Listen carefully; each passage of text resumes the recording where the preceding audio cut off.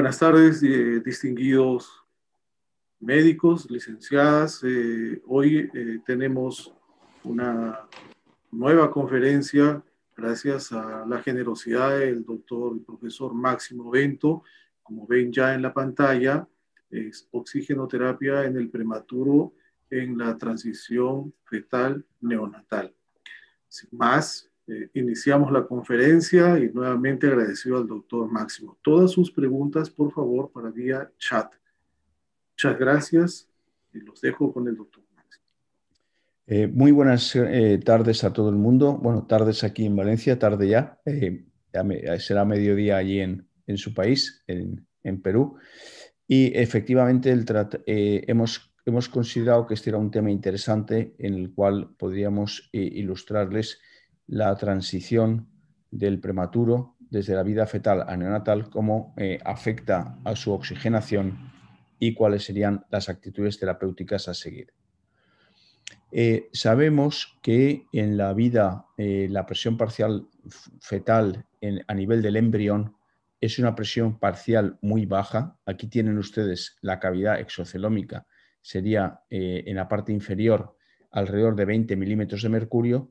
El feto alcanza unos 25 a 50 milímetros de mercurio de presión parcial de oxígeno, igual que la placenta.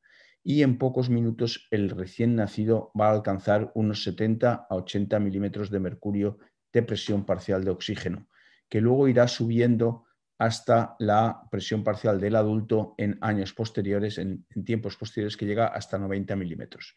Por lo tanto, hay una transición importante durante todo el proceso embrionario y durante la transición a la vida fetal, de la vida fetal a la neonatal. Esto se puede ver gráficamente en esta imagen, en la cual pueden observar ustedes como en las primeras 8 a 10 semanas, es decir, durante la embriogénesis, tenemos una presión parcial de oxígeno en el espacio intervilloso. Saben ustedes que el oxígeno pasa por difusión directa del espacio intervilloso al feto, y en este periodo la presión parcial está por debajo de los 40 milímetros de mercurio, alrededor de 25 a 30. Sin embargo, con el desarrollo del feto y con la placentogénesis se produce un aumento importante de la presión parcial de oxígeno, que luego, a medida que se va produciendo una complejidad y una adquisición de una placenta madura, vamos a ir disminuyendo la presión parcial, de forma que en los pacientes que ustedes van a atender en la sala de partos a partir de las 24 semanas de gestación, tendrán una presión parcial que estará en torno a los 50 o 60 milímetros de mercurio. Pues bien, es importante que recuerden que tanto el sistema antioxidante como la síntesis y difusión del surfactante alveolar transcurren a lo largo de la gestación y de una forma muy lenta, y solo se produce una maduración en los últimos meses del embarazo, yo diría que semanas, para ser más precisos. En el panel de la izquierda, el que estoy señalando ahora con el puntero, verán ustedes que hay un aumento de la producción de surfactante que va desde los periodos más tempranos de la gestación hasta la madurez. Y paralelamente a esa maduración del sistema del surfactante se produce una maduración y una expresión de los genes que van a dar lugar a la síntesis de las enzimas antioxidantes. Estos son estudios realizados por el doctor Lee, Frank Lee, en Florida, en Estados Unidos, que fue el pionero en el estudio, sobre todo en conejos, de la maduración del sistema del surfactante y del antioxidante. Nosotros, en nuestro laboratorio, obtuvimos muestras umbilicales y luego, a partir del día 1, de bebés extremadamente prematuros por debajo de las 28 semanas de gestación, y pudimos comprobar cómo efectivamente aquellos bebés que recibían corticoides antenatales tenían una mayor expresión de los enzimas antioxidantes, mientras que aquellos bebés que no las recibían, la actividad que ven ustedes aquí abajo de la superóxido dismutasa estaba disminuida en aquellos que no habían recibido corticoides antenatales. Y también ocurrió lo mismo con la catalasa, que es una enzima muy importante para detoxificar de radicales libres al pulmón fetal. y también el hecho de recibir corticoides antenatales era importante. Por lo tanto, cuando damos corticoides antenatales estamos favoreciendo la adaptación pulmonar de tipo estructural, pero también como antioxidante. Y cuando añadimos el surfactante pulmonar después del nacimiento, también estamos compensando ese déficit que se produce en los prematuros. Esta diapositiva lo que les muestra es cómo cambia la presión parcial de oxígeno en sangre arterial medida en kilopascals. Tendrían que multiplicar por 7,5 cada uno de estos números para tener los milímetros de mercurio, pero lo que más me importa ahora en este momento es que vean cómo intrauterinamente es muy baja, pero en la transición, y hablamos en esta transición en los primeros 10 minutos, se produce un cambio brusco que multiplica por 3 o por 4 la cantidad de oxígeno circulante en el bebé, desde ser un feto a ser un recién nacido establecido. Estos estudios, este es un resumen que hicimos en un artículo de revisión. Esta diapositiva lo que muestra son los distintos autores que durante unos años, sobre todo en los años 90, se dedicaron a poner pulsoxímetros en los recién nacidos y hacer mediciones de la presión, de la saturación de oxígeno en sangre arterial por pulsoximetría. Como verán ustedes, la mayoría de ellos a los 2 minutos encontraban saturaciones por debajo de 70, a los 3 minutos un poquito más, luego a los 4 minutos ya llegábamos a los 80 y no era hasta los 6 minutos que ellos encontraban que bebés totalmente normales alcanzaban saturaciones de más de 85, de 80, 85, 90. Esto es importante porque esto dio como consecuencia el saber que la oxigenación del recién nacido no es instantánea, y por lo tanto en el Apgar al minuto es muy difícil que un niño tenga un valor de 2 porque probablemente al minuto o 2 minutos todavía la saturación está baja y no es hasta los 5 minutos que alcanza saturaciones altas y por lo tanto una coloración sonrosada. Esta sería la gráfica evolutiva de la saturación en los primeros minutos de vida. Nosotros hicimos un estudio muy especial porque medimos la saturación de oxígeno en recién nacidos de extremado bajo peso, con menos de 28 semanas de gestación, niños muy pequeños por debajo de 750 gramos, y en un grupo reducido de ellos pudimos monitorizar de forma continuada con determinaciones cada 2 segundos del valor de saturación y frecuencia cardíaca.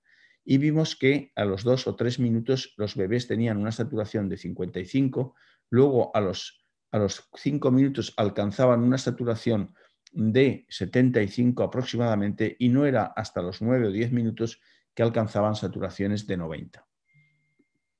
Compartimos nuestros resultados con Jennifer Dawson y Omar Camlin del Royal Women's Hospital de Melbourne, y juntando las 3 bases de datos, la de Camlin, la de Dawson y la nuestra, nosotros con los niños extremadamente prematuros, sumamos un total de casi 500 niños de estas características que ven ustedes en la diapositiva, y con estos bebés elaboramos un nomograma, unos rangos de referencia que fueron publicados en Pediatrics. Aquí pueden ver ustedes las características de los bebés estudiados. El 34%, es decir, 160 pacientes, eran prematuros por debajo de 36 semanas. La mayoría de ellos eran prematuros tardíos y muy pocos eran prematuros, como si dijéramos, extremos, y el 66% eran nacidos a término. Con estos datos elaboramos gráficas de percentiles de saturación de oxígeno referencial y pudimos comprobar cómo para alcanzar una saturación de 90%, los niños a término, es decir, mayores de 37 semanas, necesitaban aproximadamente entre 4 y 5 minutos. Sin embargo, los prematuros necesitaban algo más de tiempo, y cuando eran sobre todo los prematuros más pequeños, podían llegar a necesitar 7 minutos para alcanzar una saturación de 90. Cuando nos planteamos la estabilización de un prematuro en la sala de partos, nos tenemos que hacer una serie de preguntas que todavía algunas de ellas no tienen una respuesta absoluta y que están siendo investigadas. En primer lugar, ¿qué fracción inspirada de oxígeno inicial sería deseable? ¿Con cuánta cantidad de oxígeno tenemos que empezar a reanimar a esos bebés? En segundo lugar, una vez comenzamos a reanimar a un bebé, cuáles serían nuestros objetivos de saturación. Es decir, qué saturación queremos alcanzar a los 3 minutos, a los 5 minutos, a los 10 minutos, para considerar que el bebé se está recuperando bien y que no hay riesgo de que sufra hiperoxia o hipoxia. ¿Y cuáles serían las consecuencias de no alcanzar esos rangos de saturación preestablecidos? Ha habido muchos estudios en los cuales se ha estudiado la fracción inspirada de oxígeno con distintas concentraciones. Aire ambiente, 30%, 60% y 100%. Voy a repasar algunos de ellos con ustedes. En la parte superior, los dos gráficos de la parte superior hacen referencia al trabajo realizado por nuestro grupo, que fue publicado en Pediatrics en 2008, y aquí tienen el panel de la izquierda, tienen la frecuencia cardíaca que compara mediante triángulos negros aquellos bebés que recibieron 90% de oxígeno como oxigenación inicial frente a los cuadrados blancos que representan aquellos bebés que recibieron un 30%. Como ven, durante las primeras 10 minutos, 15 minutos, hasta 20 minutos o más de vida, hubo un aumento de la frecuencia cardíaca en los primeros pocos minutos y luego una estabilización. Y no hubo diferencias significativas en la frecuencia cardíaca entre los niños que recibieron alta o baja frecuencia. Y algo similar ocurrió, como ven en el panel de la derecha, con la saturación. Los bebés fueron alcanzando saturaciones normales en los primeros minutos de vida, independientemente de que recibieran 30 versus 90. Es decir, que dándoles más cantidad de oxígeno, si eran bien ventilados, adecuadamente ventilados, no había ningún problema en alcanzar saturaciones normales. Estamos hablando de niños por debajo de las 28 semanas. Simultáneamente o más o menos al mismo tiempo, el doctor Neil Feiner en San Diego, el grupo de Neil Feiner, realizó el mismo estudio, solo que ellos compararon 21 versus 100. Es decir, nosotros multiplicábamos por 3 el oxígeno que dábamos, pero teníamos un 30%, es decir, que ya recibían un suplemento de oxígeno superior al aire, pero ellos consideraron iniciar con aire ambiente a estos grandes prematuros frente a oxígeno puro. Ellos también observaron una bradicardia inicial en los niños que recibían aire, una bradicardia que luego se ha confirmado en otros estudios, y luego una frecuencia cardíaca similar en ambos grupos. Lo que más importante que ellos mostraron fue que cuando dabas 100% de oxígeno, alcanzabas un 90% de saturación bastante rápidamente, 2 o 3 minutos, mientras que cuando dabas aire ambiente tenías un periodo prolongado de hipoxemia y prácticamente hasta que no pasaban 6 o 7 minutos no se alcanzaban saturaciones en torno al 80%. Nuestro grupo también realizó otro estudio similar comparando 30 versus 90 y lo que sí que encontramos es que los niños que habían recibido 90% de oxígeno como fracción inspiratoria inicial desarrollaron un mayor estrés oxidativo. Un mayor estrés oxidativo que se cuantificó midiendo la oxidación de las proteínas y midiendo la oxidación de los ácidos nucleicos. Tanto la oxidación de la proteína como la oxidación de los ácidos nucleicos fueron significativamente superiores en aquellos bebés que recibían altas concentraciones de oxígeno. Y aquellos que tenían el estrés oxidativo más elevado acababan desarrollando con mayor frecuencia una displasia broncopulmonar. En un estudio similar realizado 5 años después por el doctor Vishal Kapadia en Texas, él observó también lo mismo, que aquellos niños que recibían baja concentración de oxígeno inicial tenían menos displasia broncopulmonar, tanto a los 28 como a las 36 semanas de edad, 28 días de vida o 36 semanas de edad postconcepcional, tanto por la definición fisiológica y que disminuían la ventilación mecánica. Por lo tanto, esa oxigenación inicial tan importante afectaba de alguna forma a la adaptación pulmonar y a la estructura pulmonar. Sin embargo, en un estudio reciente realizado en Australia, Malasia y en otros países de Asia, compararon, igual que hizo el doctor Feiner, 21 versus 100%, y ellos observaron que los bebés que recibían 21, como había hecho el doctor Feiner, tenían concentraciones de oxígeno más bajas, saturaciones de oxígeno más bajas, especialmente en el panel de la derecha, los niños más prematuros ven cuánto tardan en alcanzar una saturación de 80, casi 7 minutos, y de 85, casi 9 minutos, comparativamente con los que recibían 100% de oxígeno. Esto era equivalente a lo que había obtenido el doctor Feiner unos años antes. Pero lo que fue importante de este estudio es que cuando ellos hicieron un subanálisis de aquellos bebés de menos de 28 semanas, encontraron que los que habían recibido aire ambiente tenían una mayor mortalidad, un riesgo de 22% de mortalidad frente a un 6% de los niños que habían recibido 100% de oxígeno. Y estamos hablando de niños muy pequeñitos y hablamos de 100 o de 21 como fracción inicial que luego fue ajustada según las necesidades del bebé. Por lo tanto, no se mantuvieron todo el tiempo en esas fracciones inspiradas. Para elucidar las consecuencias del uso de alta o baja concentración de oxígeno en la sala de partos, en niños de menos de 28 semanas publicamos este trabajo, que es un metaanálisis que tienen a su disposición si lo desean, y que obtuvimos los siguientes resultados.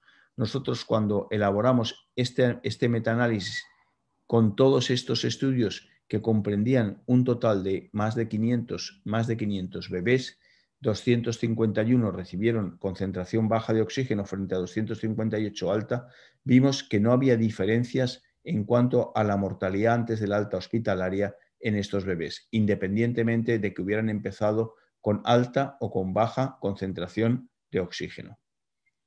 También, cuando estudiamos aquellos estudios o revisamos aquellos estudios en los cuales había cegado para el reanimador la fuente de oxígeno o la concentración de oxígeno, o sea, el reanimador no tenía visible el mezclador de aire y oxígeno y no sabía qué concentración estaba administrando, había una tendencia a que muriesen menos niños con baja concentración de oxígeno.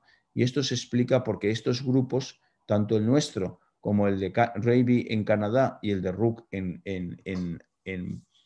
Rotterdam, en Holanda, eran grupos muy experimentados en la realización de ensayos clínicos y por lo tanto tenían una gran habilidad para realizar la reanimación de estos. O sea que cuando tenían personal muy preparado realizaba la reanimación, con menor cantidad de oxígeno podían salir adelante e incluso tener mejores resultados en cuanto a mortalidad.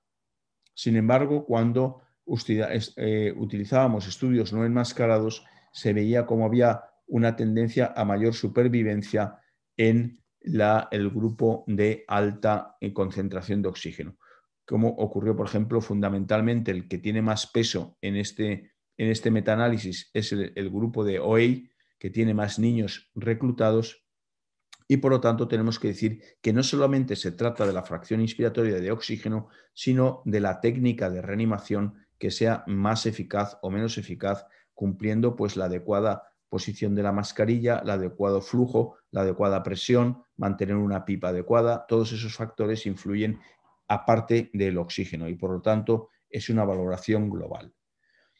¿Importa que los prematuros alcancen las saturaciones dianas en la sala de partos? Pues esto es muy importante. Pongamos, como refiere la Academia Americana de Pediatría, que un bebé recién nacido debería alcanzar al menos 85% a los 5 minutos.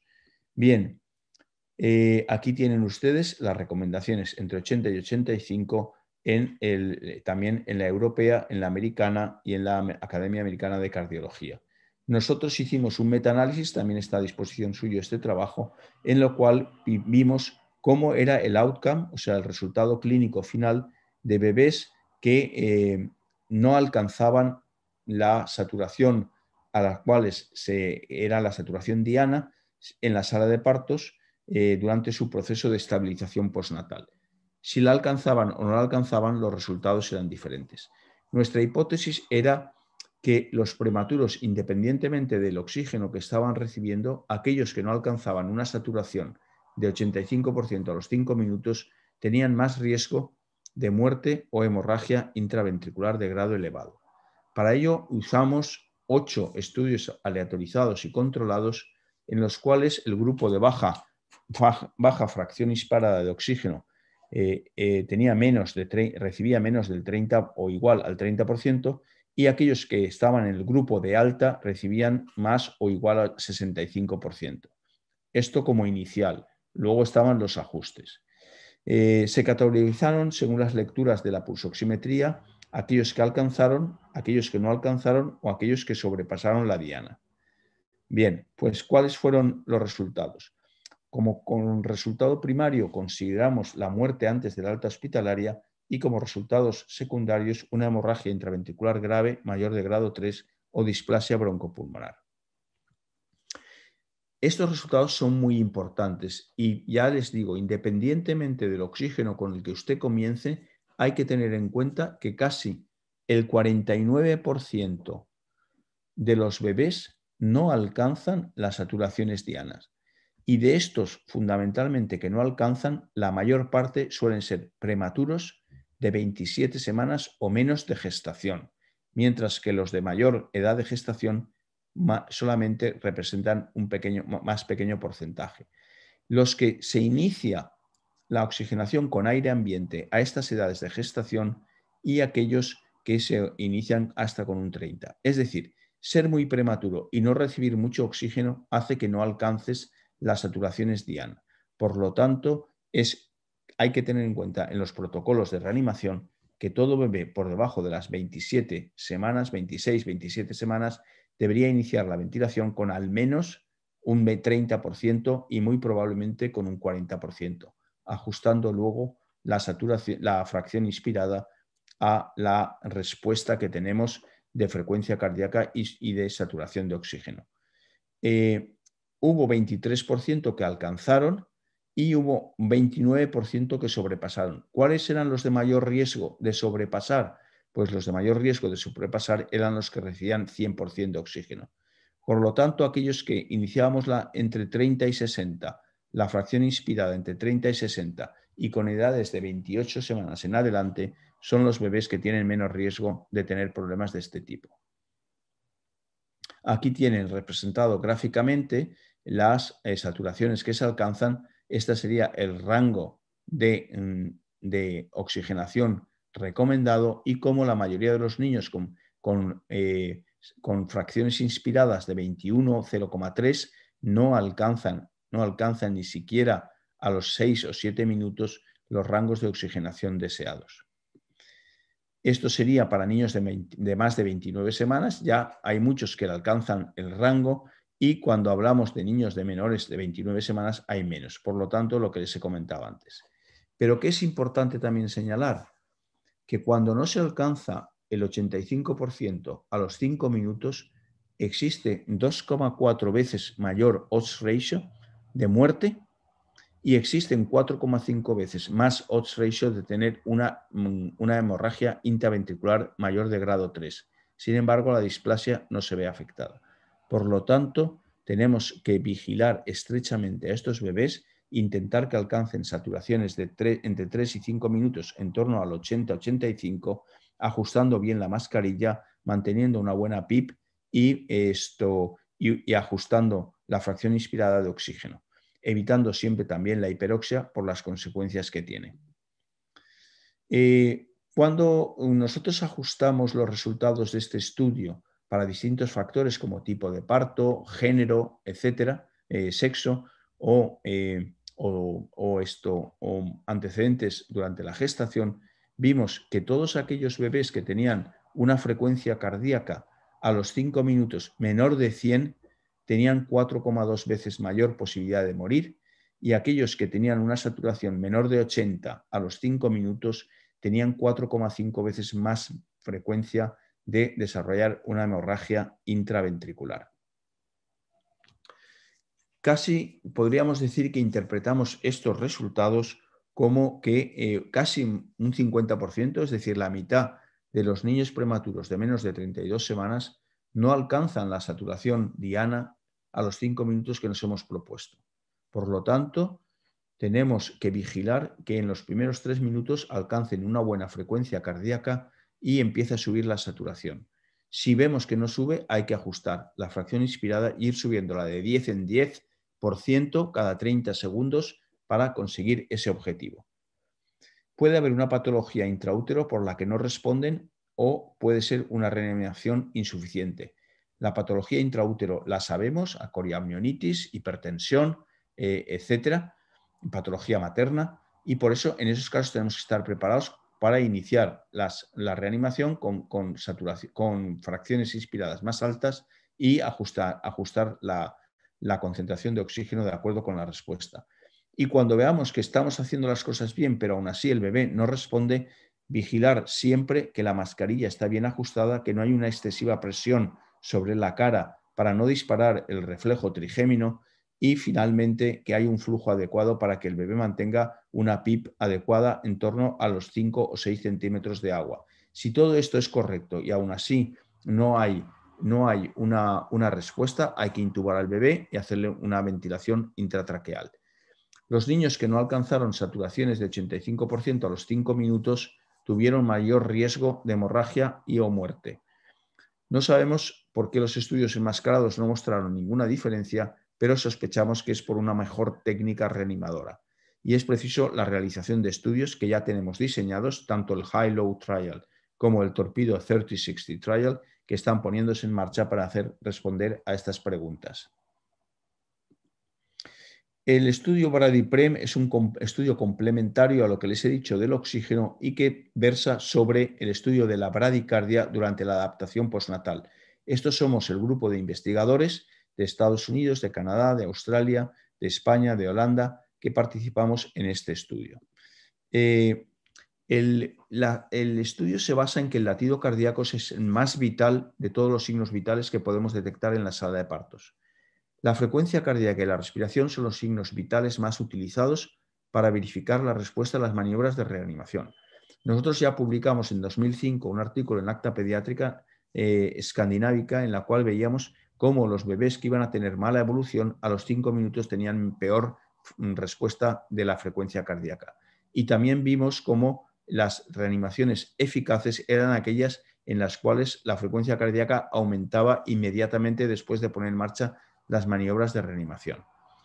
Numerosos estudios han demostrado que la reanimación cardiopulmonar en la sala de partos es necesaria en el 6 al 10% de los recién nacidos de extremado bajo peso y se asocia a un incremento de la mortalidad y la morbilidad. Y también se ignoraba y se ignora, pues hasta que hemos hecho este estudio, qué ocurría con aquellos bebés que tenían bradicardia, o sea, frecuencias menores a 100 latidos por minuto, pero que no requerían masaje cardíaco, intubación, adrenalina, etcétera, pero que sí que tenían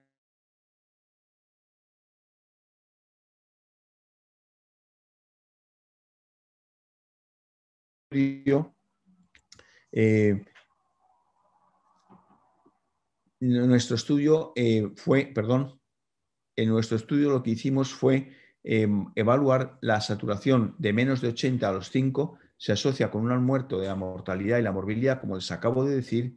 En segundo lugar, si hay una baja saturación a los 5 minutos, el gasto cardíaco depende de la frecuencia cardíaca y si no se impulsa porque hay una bradicardia suficiente volumen de sangre, es decir, el afterload, la poscarga cardíaca es inferior porque hay una bradicardia y encima con una saturación baja, toda esta combinación de factores pueden dar lugar a un grave pronóstico. Y eso sería nuestra hipótesis de trabajo. Es decir, que la interacción entre la bradicardia y la baja saturación de oxígeno en la sala de partos, que no ha sido estudiada, sería un factor ominoso para el resultado final de estos bebés. Los objetivos de BRADIPREM fueron determinar la incidencia de bradicardia en prematuros de menos de 32 semanas en la sala de partos, la asociación entre la bradicardia prolongada, es decir, de más de 2 minutos durante la reanimación con la morbilidad y mortalidad, y si había una interacción entre bradicardia prolongada y baja saturación en la sala de partos con resultados clínicos adversos. Analizamos una serie de abstracts, datos científicos, bases de datos, etcétera, publicados entre el año 90 y 2016. Incluimos dentro de este estudio los registros seriados de frecuencia, aquellos estudios que contenían registros seriados de frecuencia cardíaca, es decir, minuto a minuto durante los 10-15 minutos de estabilización, saturación, fracción inicial de oxígeno. Y que los prematuros tenían que tener menos de 32 semanas, y también se informaba si los niños habían fallecido o tenían alguna complicación, como pueda ser hemorragia intraventricular, etc. Solamente encontramos 7 estudios que cumplieran estos requisitos. Los datos que faltaban fueron obtenidos directamente de los investigadores, y aquellos bebés de los que no teníamos un dato de saturación y frecuencia cardíaca a los 2 minutos fueron excluidos. Consideramos que no había bradicardia cuando durante los primeros 10 minutos en ningún momento la frecuencia cardíaca era menor de 100 latidos por minuto. Consideramos que era una transitoria cuando habían frecuencias cardíacas menores de 100 durante menos de 1 minuto, y prolongada cuando había más de 2 minutos de bradicardia. Se tomaron nota de las morbilidades y de la mortalidad de los 3 grupos, y se hizo un estudio multivariado con regresión logística por etapas, ajustando las variables de confusión como sexo o género, edad gestacional, peso o la recepción de esteroides antenatales. Aquí tienen ustedes los 7 estudios que fueron incluidos, que sumaron un total de 535 bebés de menos de 32 semanas. Tienen aquí estudios de Estados Unidos, de España, de Canadá, 3 estudios de España, 2 de Estados Unidos, 1 de Canadá y otro de Australia.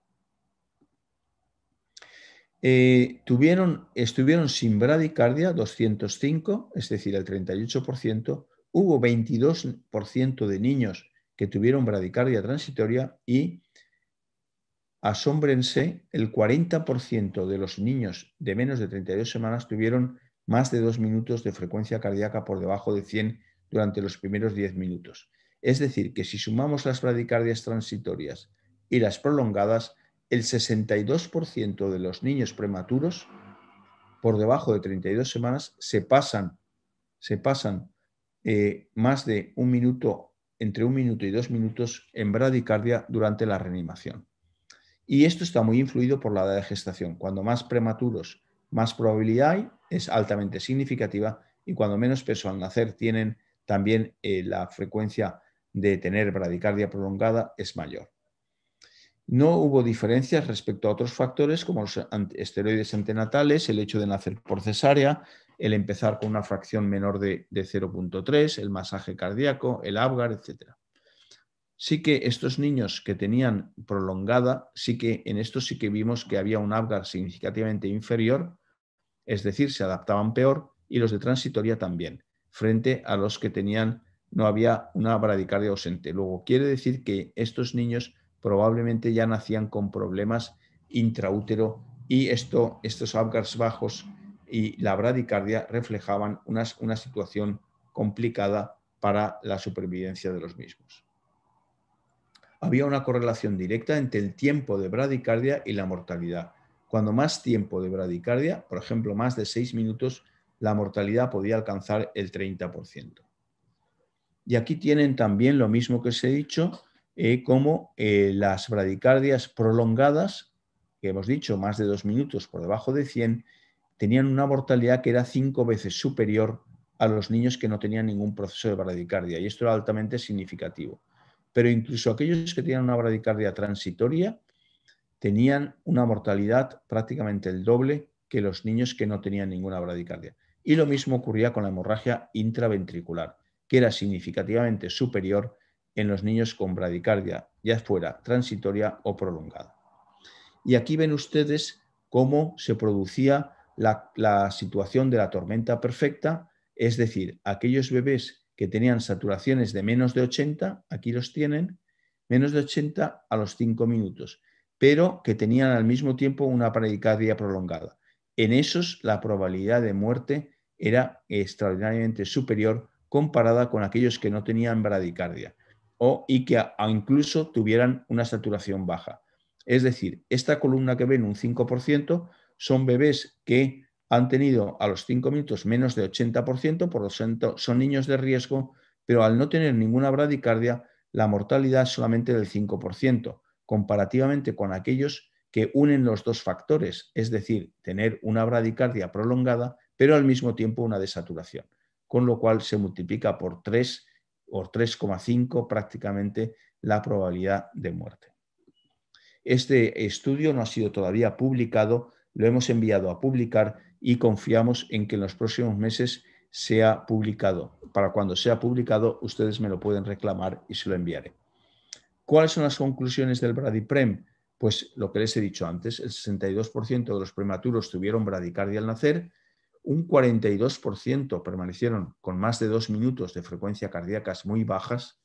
Cuando las frecuencias cardíacas o la bradicardia era muy prolongada, había una asociación clara con una mayor mortalidad y una mayor hemorragia intracraneal.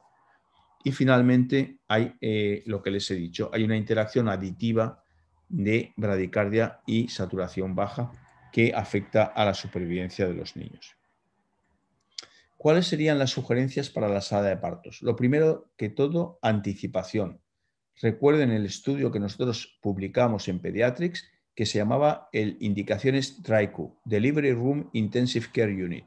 Tienen que tener, donde se atienda a prematuros de menos de 32 semanas, se tiene que tener 24 horas al día durante 7 días al día, a la semana y 365 días al año, un equipo preparado, especializado y entrenado para atender a los niños muy prematuros con las técnicas especiales que requieren.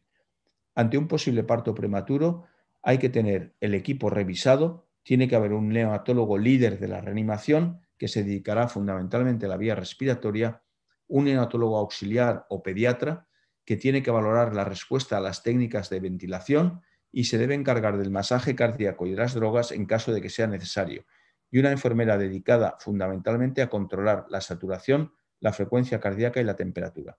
Y en caso de tener un parto múltiple, hay que tener un equipo completo por cada bebé que nace.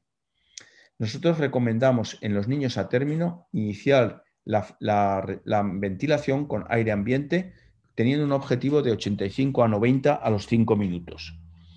En los niños de 33 a 36 semanas, es decir, prematuros tardíos, empezar con aire ambiente con objetivo de 85% a los 5 minutos.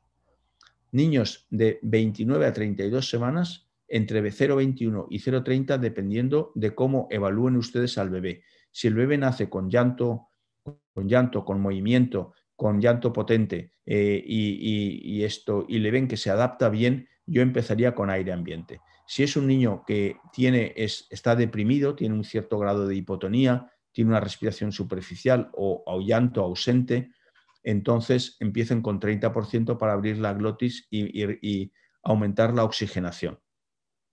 En los niños de menos de 28 semanas, yo iniciaría la ventilación siempre con 0,3. Y si fueran menores de 26 semanas, me plantearía muy seriamente empezar con 0,4 y luego ya subir o bajar de acuerdo con la respuesta. Los objetivos de saturación en los niños extremadamente prematuros deberían estar en torno al 80% a los 5 minutos. Y esto es todo lo que les quería contar esta tarde. Aquí tienen una fotografía del grupo nuestro de investigación en perinatología y estoy dispuesto a contestar sus preguntas. Muchísimas gracias.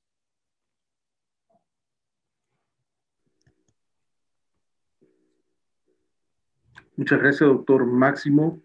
Si hay alguna pregunta, podrán los participantes, por favor, formularla vía chat.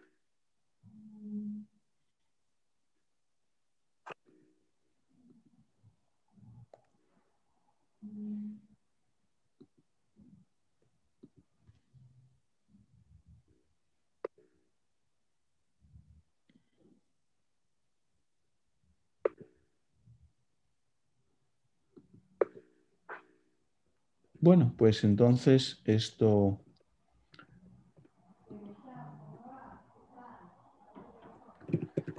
No sé si hay preguntas o no. No tengo yo la visión completa de la pantalla. Si ustedes, si ven que hay alguna pregunta. No tenemos ahora, por el momento, ninguna. A ver, dice ahí... porque yo puedo verlo esto, ¿no? Las preguntas las puedo ver, ¿no? Puede verlo en el chat. Chatear, vamos a ver. Buenas tardes, excelente exposición, muchas gracias. Reanimador en T para iniciar el PIP, siempre 20. Jorge Yactayo, Nosotros utilizamos el Neopaf. El Neopaf puede usted administrar una presión expiratoria continua, lo que sea como una CPAP, y puede también producir una presión inspiratoria de pico. Nosotros la presión expiratoria la mantenemos alrededor de los 6 centímetros de agua y la presión inspiratoria de pico no solemos pasar de los 20 a 25 centímetros de agua durante como mucho 2 o 3 segundos. O sea que esa sería lo que hacemos. En relación con el electrocardiograma, nosotros estamos empezando a utilizar en todos los bebés, sobre todo en los muy prematuros, para obtener una respuesta inmediata, utilizamos los electrodos, el electrocardiograma de 3 electrodos que te da una lectura prácticamente inmediata y muy fiable, aunque hay que tener en cuenta siempre que hay latido cardíaco no eléctrico que puede ser que nos indique una bradicardia porque no hay una actividad eléctrica detectable y en ese caso podemos estar dándole masaje cardíaco a un bebé cuando en realidad está su corazón latiendo correctamente. Por lo tanto, a pesar de poner los electrodos, es conveniente tocar el pulso, ver el pulso oxímetro o incluso auscultar para asegurarnos. No sé si no veo yo más preguntas. A ver. Bravo, excelente, gracias. ¿En cianosis persistente la mejor indicación es CPAP? No.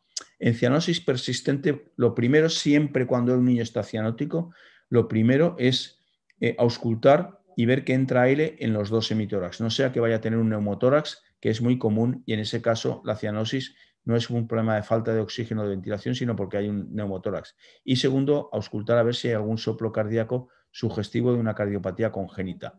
Puede haber signos de septicemia también, de inicio precoz. Por lo tanto, en esos casos, lo más seguro es intubar al paciente y realizar una ventilación con el paciente intubado, comprobar la respuesta y si no hay respuesta, cuanto antes masaje cardíaco y adrenalina.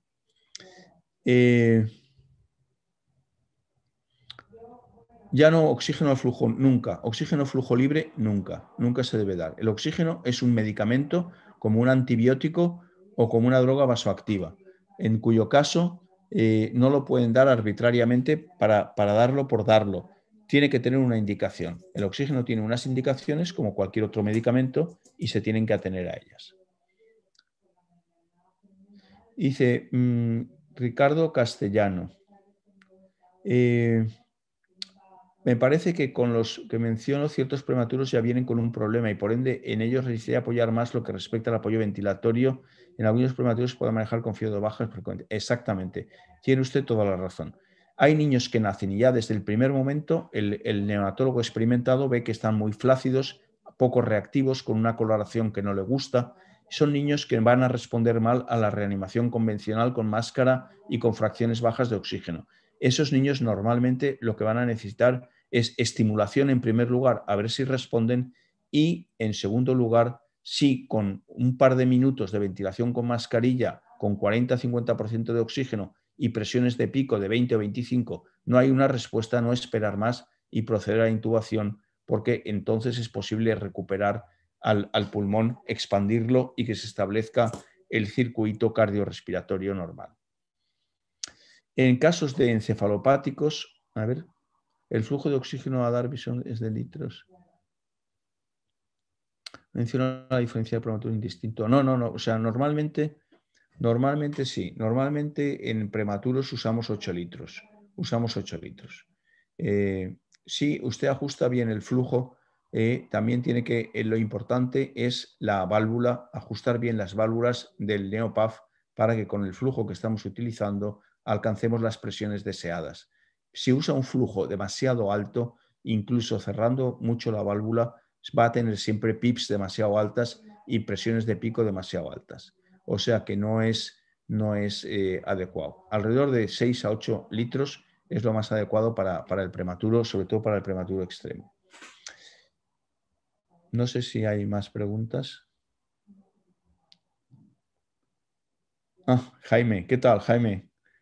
Bicarbonato en la reanimación lo dejamos de utilizar en los años 80. publicamos un trabajo que si quieres te puedo remitir sobre los efectos secundarios de la utilización de bicarbonato directo. En realidad lo que haces cuando utilizas bicarbonato es que neutralizas el pH, pero generas una gran cantidad de anhídrido carbónico. Si el niño no está siendo bien ventilado, entonces lo que estás haciendo es causar más depresión respiratoria todavía de la que ya tiene el bebé por su patología. No debe usarse el bicarbonato nunca. Luego es una sustancia muy tóxica de una gran osmolaridad y puede dar lugar a quemaduras, y si lo usas desde luego por vía intraarterial puedes producir daños muy graves a nivel hepático. Se han visto mucho daño hepático en forma de abscesos hepáticos, etc. Estoy de acuerdo y gracias por la pregunta, porque es algo que conviene siempre reforzar. Si usamos Blender, me pregunta Marisa Ramos, para modificar FIO2 siempre. Todo bebé prematuro en la sala de partos tiene que ser reanimado con un mezclador de aire-oxígeno. Es mucho más barato que todo el equipo que tienen ustedes en la unidad de cuidados intensivos y son los minutos vitales para que el bebé se adapte. El bicarbonato en sepsis con acidosis, la acidosis se recupera normalmente bien con una buena ventilación, la parte que corresponde a la acidosis de origen respiratorio, y cuando es una acidosis metabólica se corrige utilizando el tratamiento etiológico, en el caso de una sepsis, antibioterapia, perfusión de plasma para recuperar la presión arterial y drogas vasoactivas. En cuanto a las drogas vasoactivas hacen su función, mantiene usted una buena presión de perfusión y da antibióticos, en ese caso el riñón empieza a funcionar y la acidosis. Otra cosa es que sea una acidosis en peligro que pueda causar un peligro inmediato, por ejemplo, alteraciones del potasio o de la conductividad cardíaca.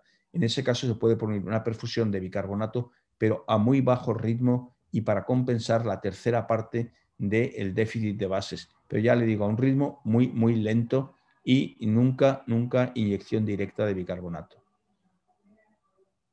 ¿Alguna consideración en encefalopáticos? Esto se sale del tema de hoy, pero bueno, si quieren podemos hablar de la encefalopatía hipóxico-isquémica en otra sesión el mes que viene. Yo creo que como hay muchas preguntas, pues ese tema sería interesante prepararlo para hablar de la encefalopatía hipóxico-isquémica en otra sesión, porque ya esto se sale fuera del tema de hoy y ya por no mezclar cosas.